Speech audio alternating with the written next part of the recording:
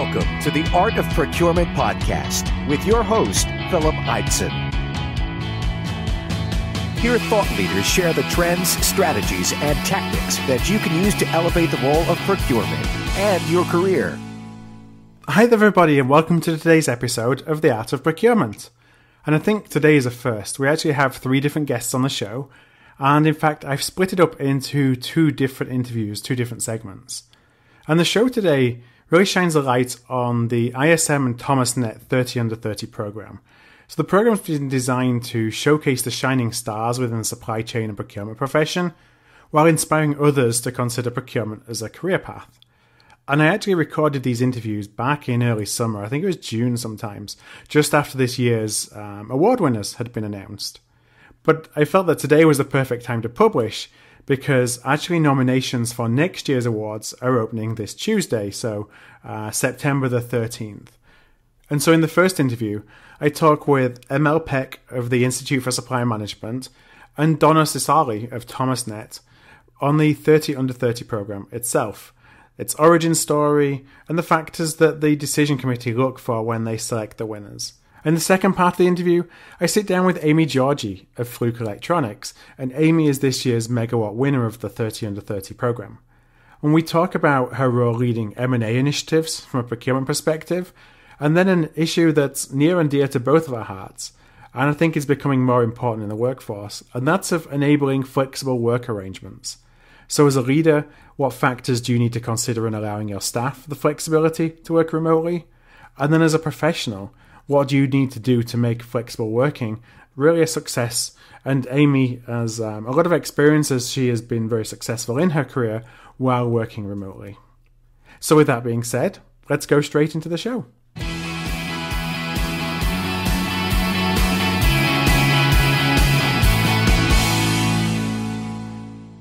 So hi there, and as I mentioned in the introduction, I'm joined in this first part of today's show by Peck, who is the Senior Vice President at the Institute for Supply Management, or ISM, and Donna Cicale, who is a Director at ThomasNet. So, Donna, welcome to the show. Thank you, and thank you for having us. Thanks, Phil. And I talked briefly before we rolled the tape on our conversation today that the theme was really about the next generation of procurement leaders, and specifically the 30 Under 30 program. So, I guess, Donna, I'll aim this in your direction first of all, but I wonder if you could just give listeners to the Art of Procurement a little bit of background on what the 30 Under 30 program actually is. Well, Phil, the 30 Under 30 program is a recognition program that's in its second year, that was conceived by both ISM and ThomasNet to really address the talent gap in the industry. Many of the incumbents are going to be retiring, like the baby boomers are retiring, and who's going to take their place? So we got together and thought, let's do a program that really puts forth these individuals, these outstanding individuals who have these great characteristics. And let's show the world that if you have these characteristics, supply chain management is where you should be. Mm-hmm.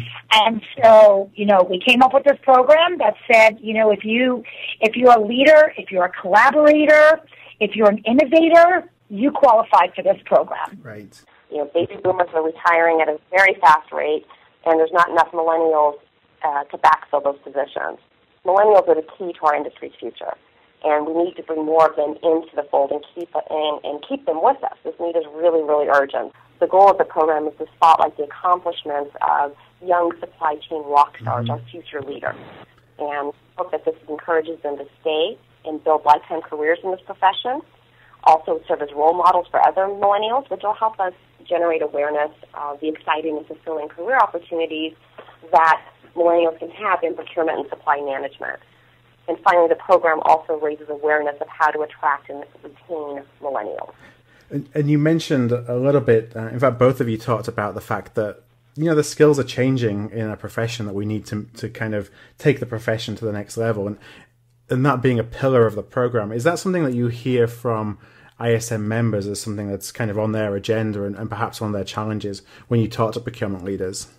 It absolutely is. So we're in constant contact with our customers, from people that are just entering the field to senior leaders at Fortune 50 companies. And the talent needs are shifting, which makes sense. You've got to keep up with the pace of technology and the changes in the industry.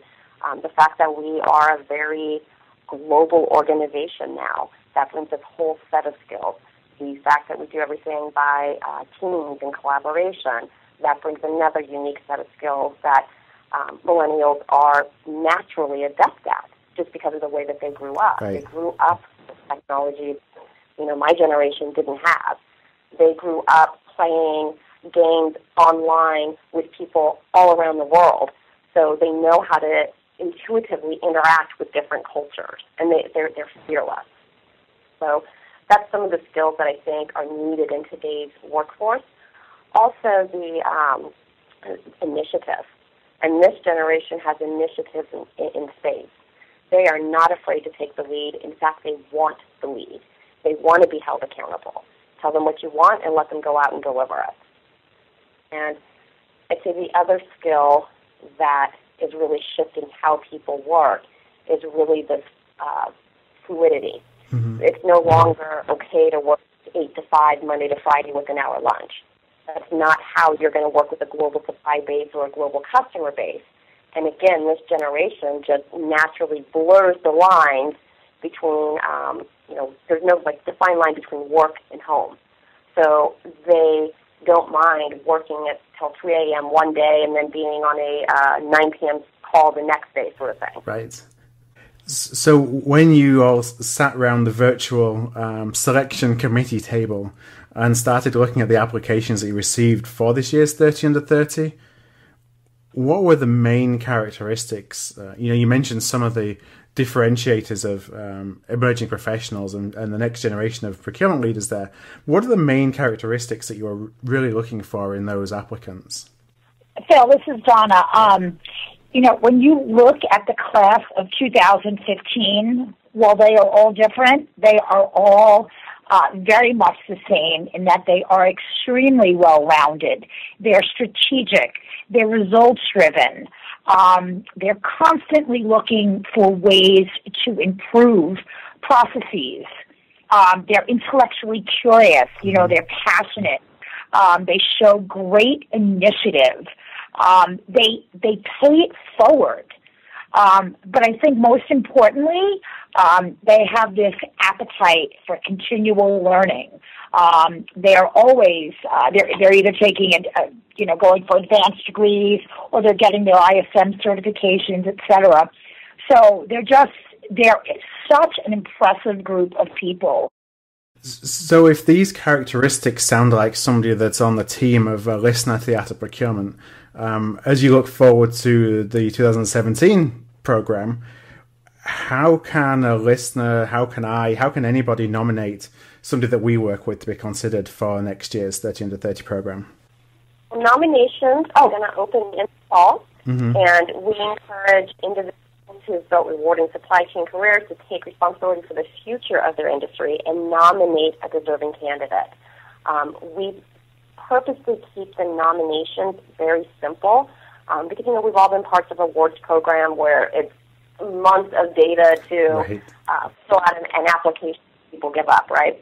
So we only ask a couple of questions, and what we're looking for is demonstrable collaboration, innovation, leadership, things that have led to notable accomplishments. So when we talk about Amy Georgi, who is our Megawatt winner, one of the examples that was included in her nomination was that she took over a project where the sole source supplier, which was used on every product, their lead time was 12 to 14 weeks.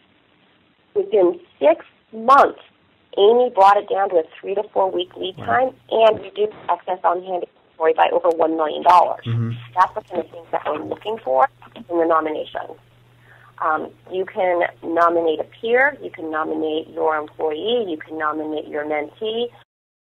Hi, it's Phil here. So after I had the opportunity to speak with ML and Donna on the 30 Under 30 program itself, I then interviewed this year's Megawatt winner, Amy Georgi.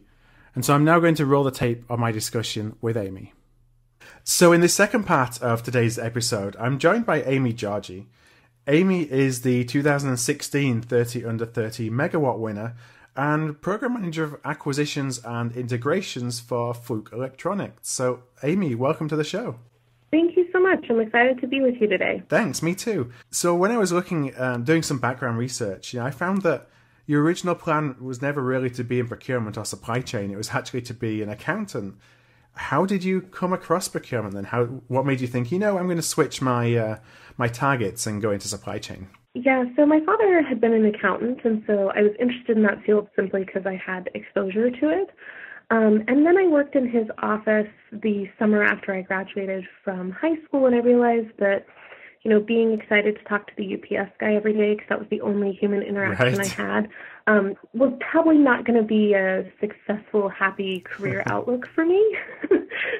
So I entered Arizona State University my freshman year, declared as a pre-business major, and I really just started searching through the majors that they had, thinking, I know I like business, I just don't like accounting. Right. I like human interaction.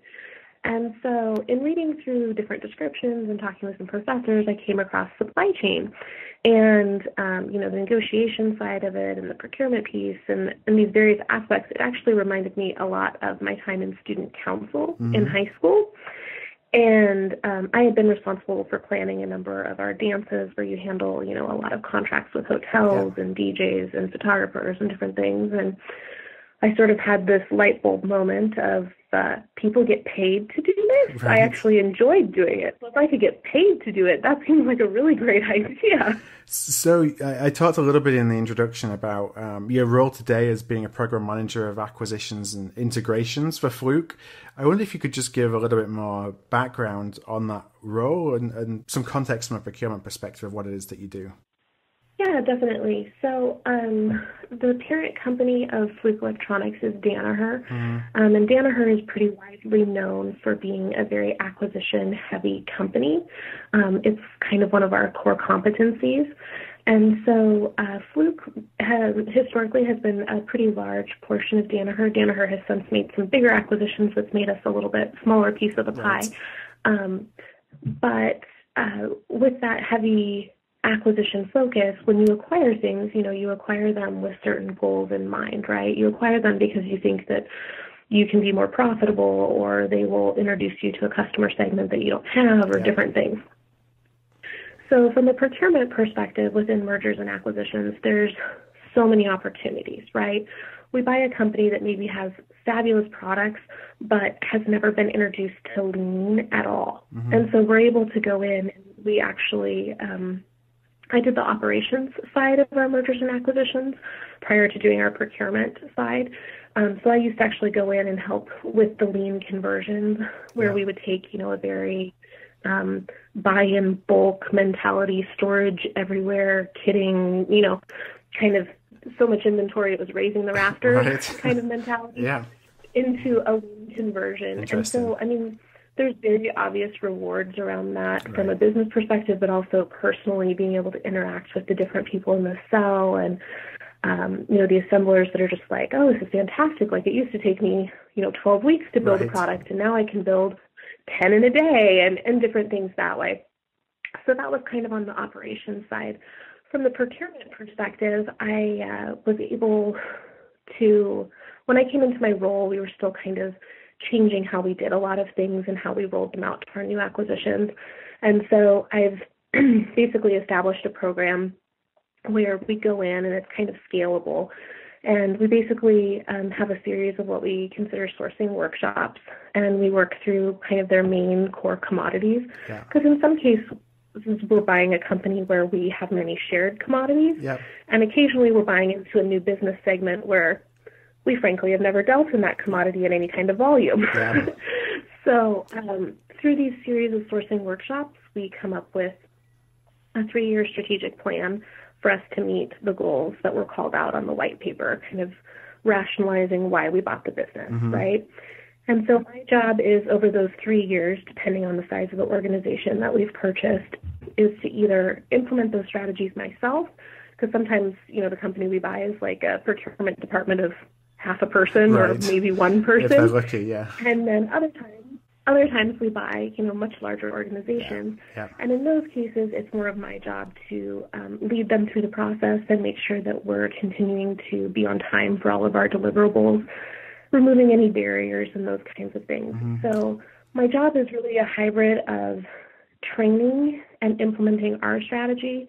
And then it's really a lot of soft skills in getting people to work with me and really do that kind of personal integration into the company and the buy-in to our culture. That's kind of my general role. It's a very unique procurement role, but it's a lot of fun because it's very different year to year, week to week. So you talked a little bit about the soft skills side right there, and I'm guessing that's probably as difficult as the process side is, because you deal with people who have a lot of emotions in terms of being acquired in the first place. What do you see from people? Is it fear? Is it excitement? Is it a little bit of both? It's definitely a little bit of both. I think it's natural when you get acquired by a company. A lot of people nowadays will go online. And, you can find good stories online or you can find horror stories online about kind of any company, right? I don't think that most people go to company review websites typically to write something up when they're pleased about their company. So I think anything kind of tends to shade to the negative direction. Right. So I think the biggest challenge kind of walking in the door, and, sometimes I know that we will be closing a plant, but it's not public. And sometimes I don't even know if we're closing a plant, or I don't know what the timeline is for closing it. And so it can be difficult to sort of walk in and really try to change the culture with people when they're feeling somewhat insecure, right? And so it's really my job to assure them that as long as I'm around and as long as we're working well together, there is a path forward. Don't start rewriting your resume today or anything. So you talked earlier about the fact that, when you have an acquisition, there'll be a lot of efficiencies that are expected, or a lot of cost savings. There's obviously reasons, and often talked about synergies, why companies come together. What are some of the most critical steps that you find in doing what you do in actually starting to achieve those efficiencies that we're tasked to deliver as a procurement organization? Yeah, of course. So one thing that we talk a lot about at our corporation is we talk about grow the head and cut the tail. So as you acquire lots of companies, you acquire their supply chain that's in place. And their supply chain might have been really strategic, or their supply chain might have been, I need this kind of a part, and I Google searched for it, and we came up with some random supplier that's not geographically close to us, price competitive, or responsive in any way. And so for us, through our sourcing workshop activities, a lot of what we're doing is we're running Paretos on, how many parts are we buying from each vendor? How much are we spending with each vendor? And then there's more, qualitative type or measures that we talk through. How responsive is the supplier to us? How robust is their risk management strategy for our parts? And kind of all of those things. And we essentially come up with a rating scale, and then we work to consolidate the supply base to where it makes sense for us as a corporation, and it also makes sense for our suppliers to be servicing us at our current size and scope. So in the second part of the discussion, I think M&A can be a whole show of its own. I think that what we're doing here with having the two parts of today's episode, it's probably something I got to wait for another day to explore a little bit more. But something that I really did want to touch on, and I know that it's something that you're passionate about. It's actually something that I was really passionate about as when I was a practitioner and a service provider, is the ability to work from home. And first of all, I just wondered if you could share your backstory and how you came to be essentially working from home. Yeah, absolutely. So I originally did work out of our corporate office, which is in Everett, Washington, just a little bit north of Seattle. My husband was finishing up his PhD at the University of Washington, and it was essentially time for him to move on in order to be able to move up in his own career. And simultaneously, I was actually working the operations side of M&A at the time. And so I had helped plan a 3-phase plant closure and move out of Houston. And we had just completed phase 1 of 3. And so I went to my manager and said, I'm really sorry, but for personal reasons, it's no longer possible for me to geographically be in this area. I need to move on with my husband. But that being said, I know that I helped plan this 3-phase move and we're 1/3 done. Mm-hmm. So if you're willing to work with me, I'd be happy to work remotely or, some sort of hybrid of spending some time in Seattle, et cetera. I posed several options. And he said, well, I know we don't want to lose you, so we will work something out. Right. And pretty shortly thereafter, they came back and said, we're going to go ahead and just have you be a remote employee for us, and we'll work through these plant moves, and then we'll kind of see what's available for you to do beyond that. Because with operations, it's obviously a little more critical to be able to be near located to what you're doing. It's hard to plan a factory from several hours away and, those kinds of things. Yeah. What kind of tips would you give to a CPO or procurement leader when they're faced with a situation where an employee does want to work from home or needs to work from home? I think it's a really individualized experience. They obviously have to look at each employee and the situation. It's nice to say that we can have, this big HR policy about what's acceptable working from home or telecommuting, whatever buzzwords you want to use. But ultimately, for Fluke, I was the first remote employee other than our sales. Yeah. And so there were actually quite a few headwinds initially from the HR perspective, getting me approved to work remotely. And it actually got escalated to our Danaher, Vice President of Procurement, who knew me well. And he kind of came down and said, we're going to make this work. And if she screws it up, then it'll be on her. But we're going to make it work. Right. And so I think as they're evaluating, if it's going to work for the employee to work from home, it's a matter of looking at what projects is the employee likely to work. How are the people that employee interacts with going to be, how are they going to respond to somebody who's working remotely? Because I would say initially, there are lots of people that jest like, oh, so, you just sit on your couch and watch TV. You're going to go on holiday. Do your laundry. And, it's kind of entertaining to me because I'm like, well, is that what you do on your days that you tell us to? Because that's not how I get my work done. Right. I think part of it is also setting expectations. So different managers have had different expectations in terms of, I want a weekly status update on all of your projects, in an email, or let's just have a weekly call. Yeah.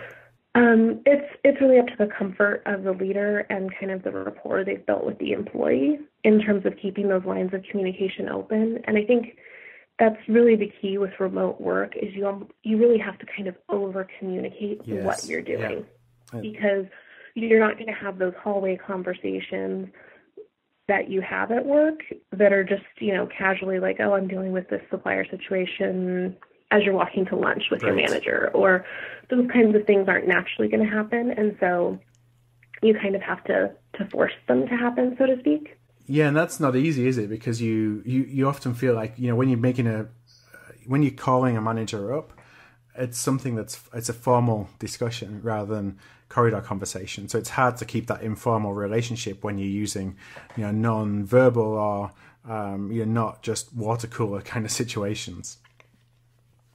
Yeah, definitely. It's and it was a skill that I felt like I definitely had to develop personally. Because at least for me, and maybe I hate to broadly sweeping for all women, but I feel like generally women are less likely to toot their own horn or say, I pulled off all these great and wonderful things today. Yes, look at me. Exactly. That's a difficult thing for me to do personally, just because I'm like, I'm getting my work done, and if nobody's complaining, that should speak for itself, right?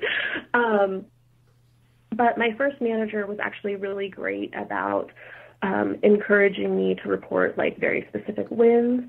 And she was also wonderful about making sure that in our monthly staff meetings, because I was doing the acquisitions and was really the lead on that that I presented every month at the meeting, which really just helped keep me at the forefront of people's minds. Right. And it gave me a venue to talk, for 5 to 10 minutes about what I'd accomplished. And a lot of times people were like, oh, we had no idea you'd done X or Y or traveled to this plant or had done these things. So it was a good way for me to kind of educate the broader team about what I was working on. Yeah, I think so much of it is about building up trust as well, isn't it, with the people that you work with. So if you're an employee and you have this this need to be a remote worker, it's really hard to get the okay if people don't really know you, they don't trust you, or if, frankly, you're not doing a really good job at what your job is when you're on site. But once you've built up that level of trust, that people know that they can leave you to your own devices and you will get done what you need to get done, then it makes it a lot more comforting from a management perspective. Absolutely. And I think that this is something I'd actually discussed with one of my managers previously, because she was curious if I was moving on with a role, if we could do another remote worker to backfill a role that I had had. Mm-hmm. And we kind of talked through the scenarios, and I said, I think that remote work is possible in many jobs and in many aspects, but I think it would be very difficult to start a remote role not ever having worked at the corporate office in our case. Yeah. And so my recommendation to her was, if you would like someone to be a remote employee, or if someone is applying and wants to do that, I think there would need to be a pretty good onboarding period over a series of months or planned trips monthly for a while, so that they can build up that face-to-face rapport with people, that then it just makes it so much easier to do your job. And many of the people that I worked with, when I was in corporate 5 years ago, are still there. Yeah. And the ones that aren't usually know about me from someone who was there. Right. And so it really just kind of feeds on itself. So mindful of the time here, and so I just had one final question that I was interested in, that I think that listeners of the show will be interested in, who are perhaps still in college or university and they're thinking about a career in procurement or in supply chain. For those that are at that stage of their career, what advice would you give them about what it's like to work in procurement or supply chain, and why they should consider it? Definitely. So I think one thing that's really fabulous about supply chain is it's narrow enough in scope that you will be able to find a job, but it's broad enough in scope that you can change careers within your major, so to speak.